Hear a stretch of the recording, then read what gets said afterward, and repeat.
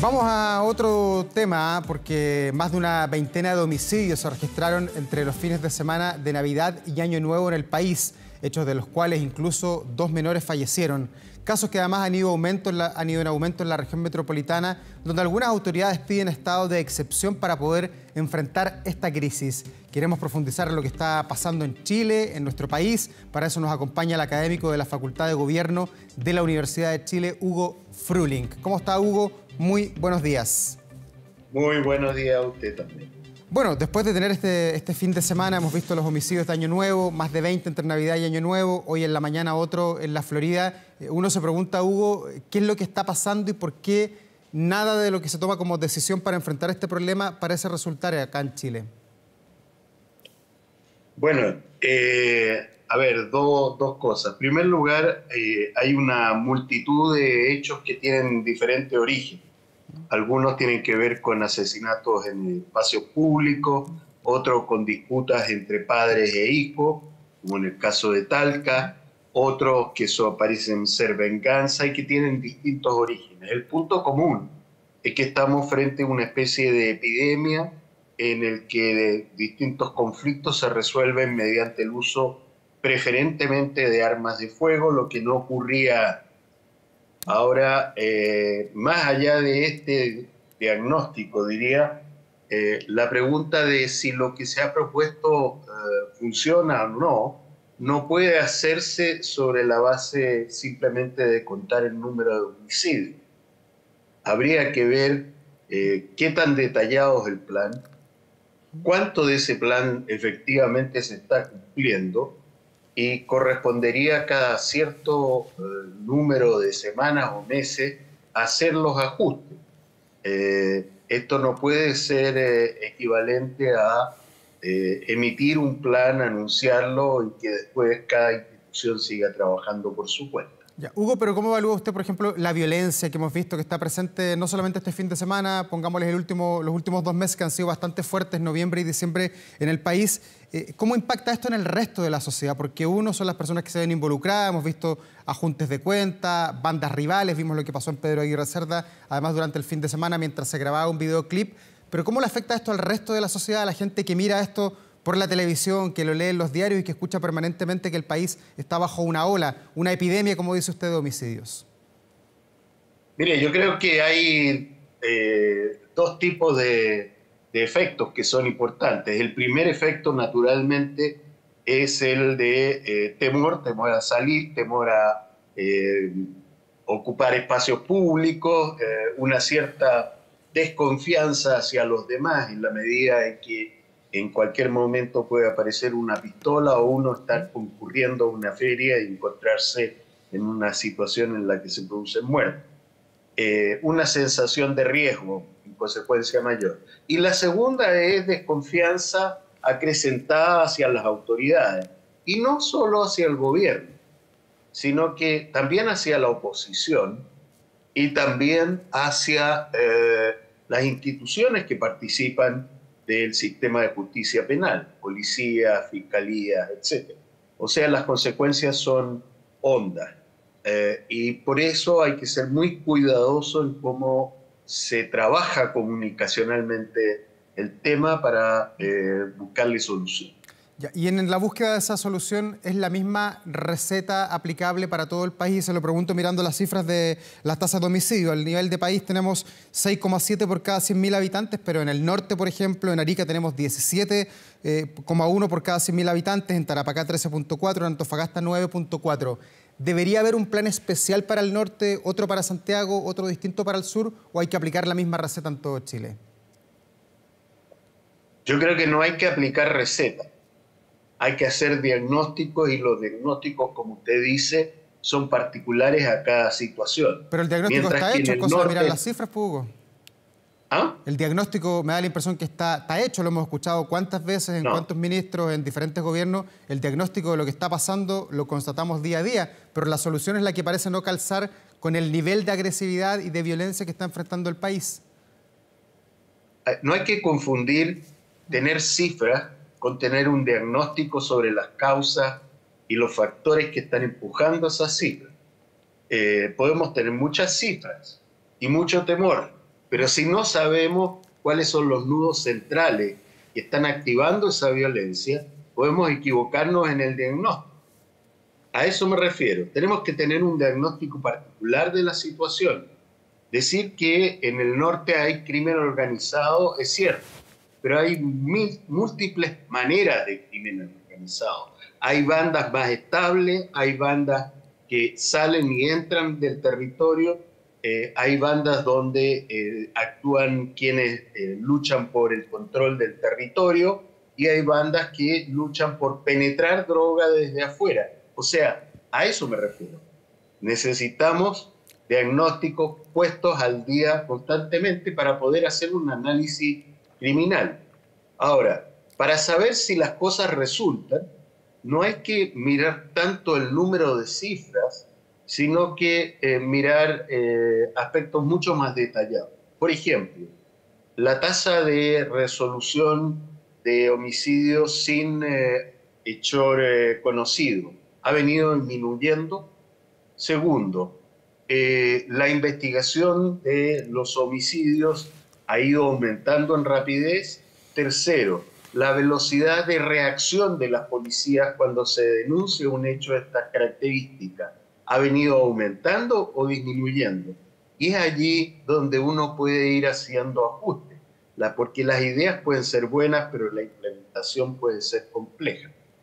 Hugo, y viendo lo que está pasando en el país, hemos visto los casos, muchos de ellos son protagonizados por migrantes ilegales, colombianos y venezolanos, principalmente en lo que dan cuenta los hechos policiales, y uno ve que hay mucha gente que está en este país, miles de personas de los cuales desconocemos su identidad, sus huellas dactilares, no sabemos su nombre, a pesar de que hubo 158.000 empadronamientos, ha dicho el propio gobierno que todavía falta mucha gente por empadronarse.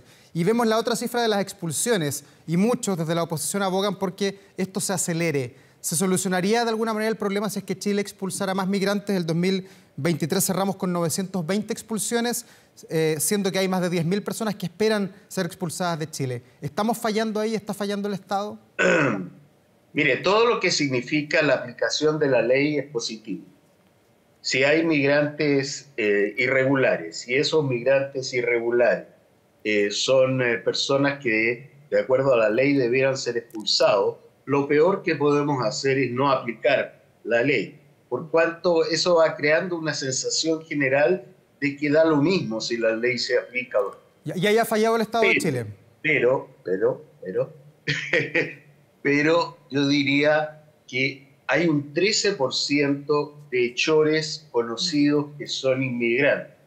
En consecuencia, si pensamos que sacando fuera del país o expulsando a 200 o 300.000 personas, vamos a resolver el problema del homicidio, eso naturalmente que contrasta con el pequeño número de hechores que son los que tenemos que ubicar. Entonces, son como propuestas muy gruesas respecto del tipo de problemas que tenemos que resolver en lo inmediato. Y para resolver el problema vuelve a aparecer cada cierto tiempo y sobre todo con los hechos mediáticos que hemos tenido en las últimas semanas en Santiago y en regiones, el famoso estado de excepción. ¿Usted se ha ido convenciendo de que esto eventualmente puede ser una buena solución? Porque lo hemos conversado con usted mismo, don Hugo, en otras entrevistas. Usted no ve con muy buenos ojos que esa sea parte de la solución del problema. A medida que pasa el año, que tenemos nuevos antecedentes, ¿usted ve que ahora sí sería una buena decisión decretar estado de excepción en una parte de Santiago? No. No. Y le voy a explicar por qué. Cuénteme, a ver. Porque quiero darle mi razón. Su argumento. Si uno mira lo que ocurrió ayer, yo leí el diario La Tercera antes de la entrevista para tener una información útil. Usted ve que ocurrieron 5 homicidios. 2 de ellos ocurrieron en fiestas o discotecas. 2 de ellos tuvieron lugar en disputas entre padres e hijos o de carácter familiar.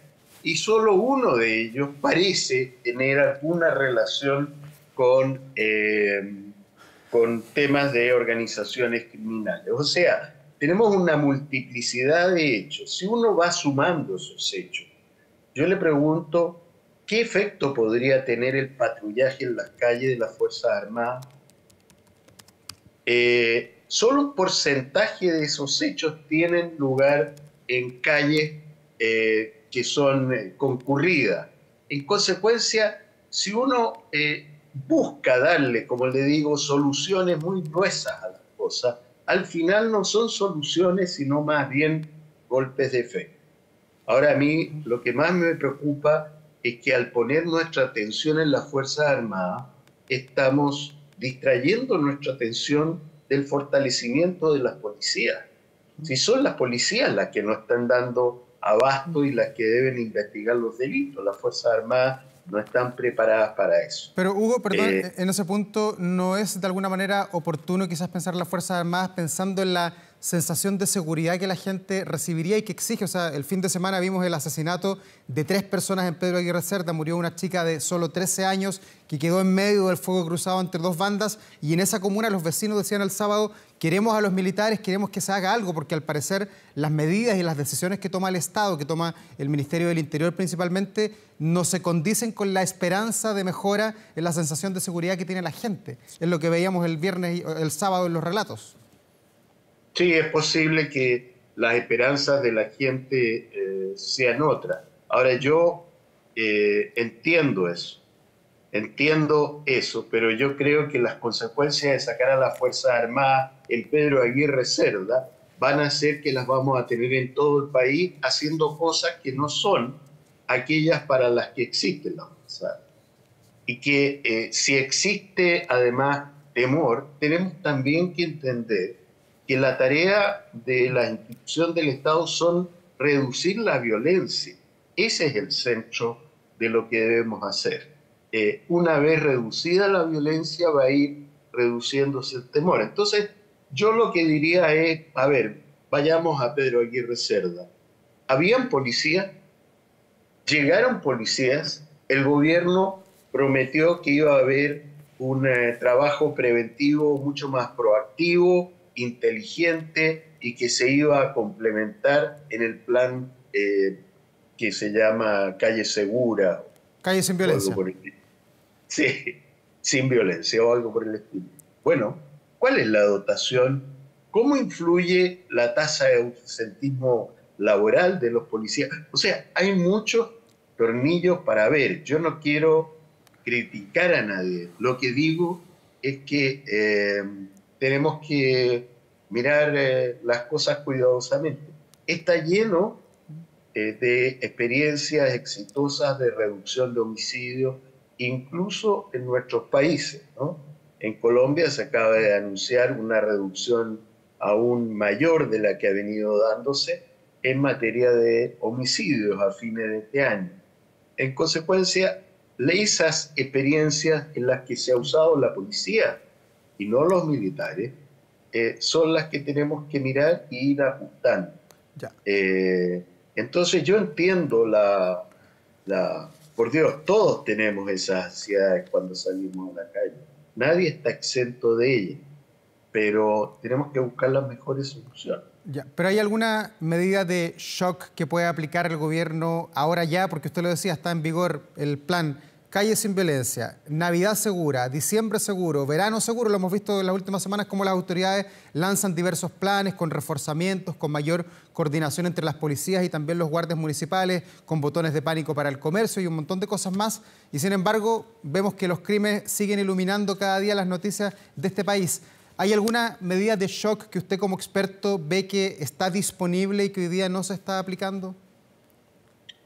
Bueno, mire, ¿sabe lo que pasa? Es que a uno muchas veces le preguntan por medidas de shock y los políticos entienden que esas medidas de shock son anuncios de proyectos de ley, son anuncios de nuevos planes que uno no sabe en qué medida se ejecutan, si existen las condiciones para hacerlo o no. Yo creo que la principal medida de shock muchas veces es trabajar en silencio y mostrar efectividad. Si no hay efectividad, por más anuncios que se hagan, se van a caer muy luego. Usted lo ha dicho, ¿no? Tenemos un montón de planes que se superponen unos a otros y que al final terminan aplicando una cantidad ínfima de carabineros en el servicio a la población en comunas que tienen muchos problemas. Ya. Esos son los problemas de ejecución que requieren diagnósticos más sinceros, más autocríticos. Tenemos el STOP. ¿Está funcionando STOP? ¿Realmente estamos cambiando la calidad de las intervenciones policiales? Porque si no lo hacemos, por más que haya anuncios, la verdad es que la situación no va a mejorar. Eso pienso yo. Ya, y usted mirando al futuro, estamos nosotros conversando, hoy comienza a discutirse también ahí en el Parlamento partes de las medidas que faltan de este llamado fast track legislativo, que tiene 31 leyes, de las cuales 22 ya están aprobadas, pero hay 9 que deberían discutirse y ojalá aprobarse durante lo que queda de este mes de enero. Está, por ejemplo, ahí el Ministerio de la Seguridad, que muchos lo ven como una piedra angular para resolver el problema, la ley de inteligencia, que Chile está al debe. ¿Usted ve allí alguna posibilidad de mejorar la percepción de la delincuencia en el país? ¿Es que se aprueban principalmente el Ministerio de la Seguridad o no? No creo que por la mera aprobación del Ministerio de Seguridad vaya a cambiar la percepción de la violencia. Ya. O sea, eso sería... Pero eso trae más institucionalidad también. Estamos viviendo... ¿Perdón? Eso trae más institucionalidad también, mejor coordinación. Se aceita mejor la maquinaria de alguna manera. Bueno, sí, pero la mejor coordinación no depende necesariamente de la ley. Necesitamos una buena implementación de esa ley, una buena confección de recursos a futuro y un pensamiento estratégico y una resolución práctica. Yo la verdad de las cosas es que creo que si esto no se hace muy bien y convocando pensamientos, planificando cuidadosamente, integrando al ministerio a personas que realmente se puedan convertir en profesionales de la seguridad, jóvenes y bien experimentados, bueno, podemos crear una frustración. Un ministerio de la seguridad es una herramienta necesaria, pero para nada suficiente. Es en el trabajo diario donde hay que ir ajustando las tuercas. Y eso traspasarlo al ministerio. Pero si no, es como un poco realismo mágico, ¿no? Ya hemos vivido otras experiencias y a mí me ha parecido, creo haberlo dicho en otras circunstancias, no sé si aquí, que el énfasis excesivo en la ley no es un énfasis que puede llevarnos a desengaños futuros. Hugo Fruhling, académico de la Facultad de Gobierno de la Universidad de Chile, muchas gracias por esta entrevista, que tenga además un muy buen inicio del año 2024. Muchas gracias a ustedes. Que le vaya muy bien. Igualmente. Buen día.